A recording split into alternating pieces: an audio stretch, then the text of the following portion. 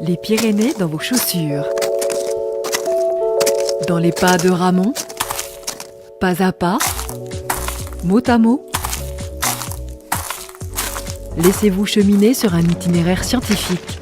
Du haut des cimes jusqu'au plus profond de leur ADN, redécouvrez vos Pyrénées.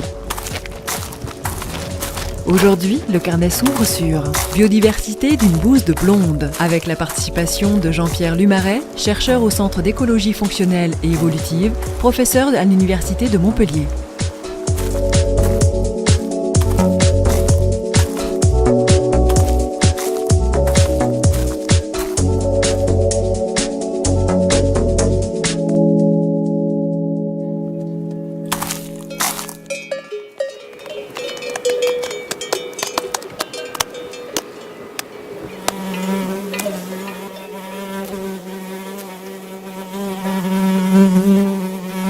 Dans une bouse, vous avez des milliards et des milliards de micro-organismes.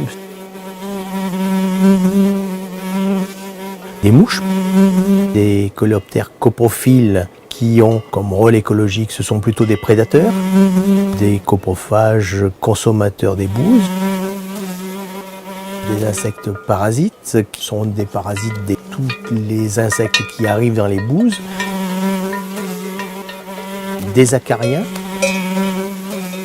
des parasites du bétail. Dès qu'une bouse arrive au sol, vous avez les mouches qui sont là en quelques secondes. Bien plus que 12. Puis au bout de quelques minutes, vous avez les bousiers qui vont survoler la bouse. Et d'ailleurs, parfois, quand les bousiers arrivent, eh bien, les mouches se retirent. Mais elles ont eu le temps de pondre.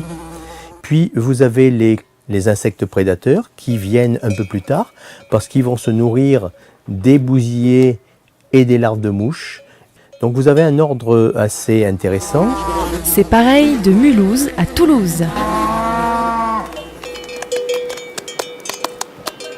Les insectes les plus intéressants, ce sont les bousiers, ce sont des coléoptères. Tous vêtus de leur noir blouse. Qui appartiennent à plusieurs guildes, des insectes rouleurs, tout le monde connaît le scarabée qui roule sa boule, des insectes fouisseurs qui vont creuser des galeries sous la bouse et puis vont enfouir de la matière destinée à leurs larves, des espèces qu'on appelle des résidentes qui se développent à l'intérieur des déjections.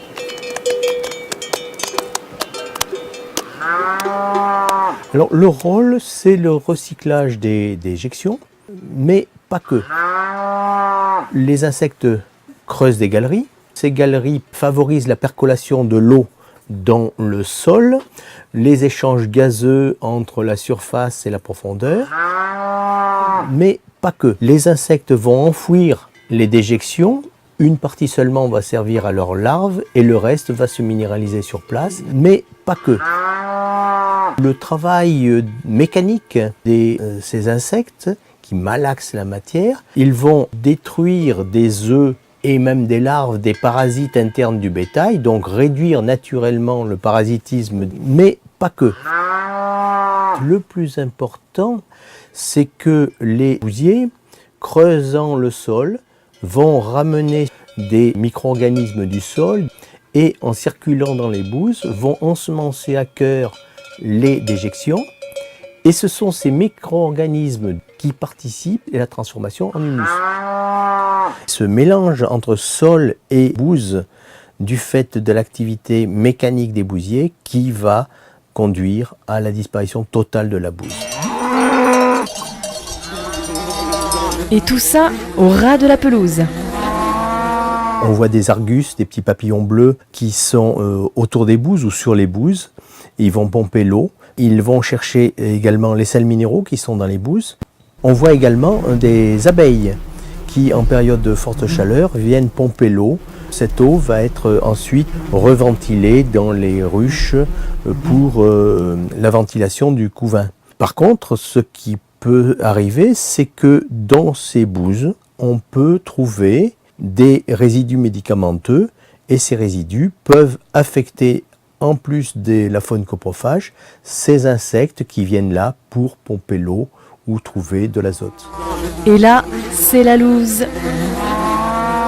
Le fait de traiter les animaux fait que Certaines molécules conservent des propriétés insecticides lorsqu'on les retrouve dans les déjections. 13 mois après le traitement des animaux, on pouvait détecter de l'ivermectine dans les bouses sèches sur le terrain. Ça n'a pas que du bon, la picouse. On a aussi les périthrinoïdes de synthèse. Ce sont des insecticides qui ont des effets sur les adultes. Actuellement, on a des molécules moins toxiques. Les effets sont plutôt sur les larves. Les larves, au-delà d'une certaine concentration de ces molécules, les larves meurent. Et donc, on n'a pas le renouvellement de la génération suivante. Et donc, on peut avoir comme cela une érosion lente, silencieuse de la diversité des bouses. C'est le blues, blues, blues de la bouse. Si on empêche la venue des coprophages, eh bien, comme il n'y a pas d'insecte qui a pu passer, creuser des galeries et donc ensemencer la bouse avec des bactéries du sol, on va atteindre parfois 3-4 ans. Et par vache, ça fait combien de kilos de bouse ? 4,5 kg de matière sèche, c'est-à-dire 20-25 kg de matière fraîche par jour. And now from Australia, the news. Lorsque les premiers colons ont importé des bovins, des chevaux, etc., les bousiers australiens avaient coévolué avec les déjections des marsupiaux et se sont retrouvés incapables de consommer les bouses riches en eau, de pH différents, de tailles différentes des vaches. Alors au début, ça ne se voit pas.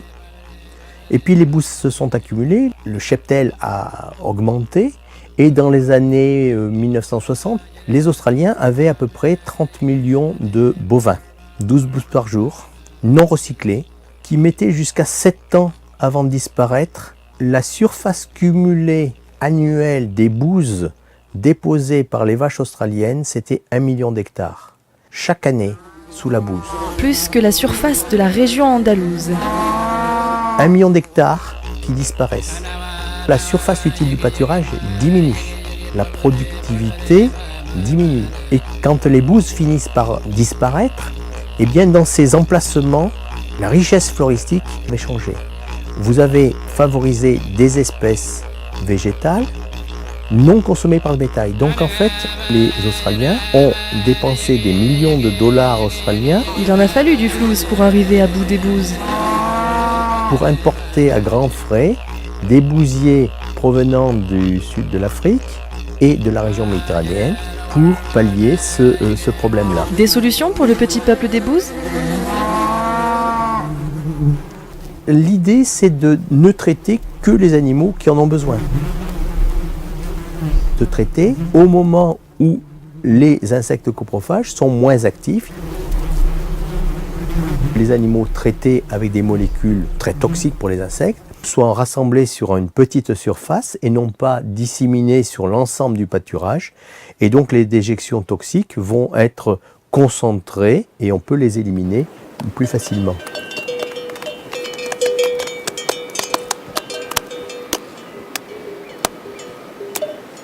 Ici, dans les Pyrénées, avec nos 143 000 blondes, sans ce petit peuple des bouses, on aurait les 2 pieds dans l'art. Biodiversité d'une bouse de blonde, avec l'accompagnement musical de David Hudson pour le didgeridoo. Les Pyrénées dans vos chaussures, carnet sonore co-réalisé par la radio Fréquence Luce et le réseau Éducation Pyrénées Vivantes, animé par la LPO France. Les Pyrénées dans vos chaussures.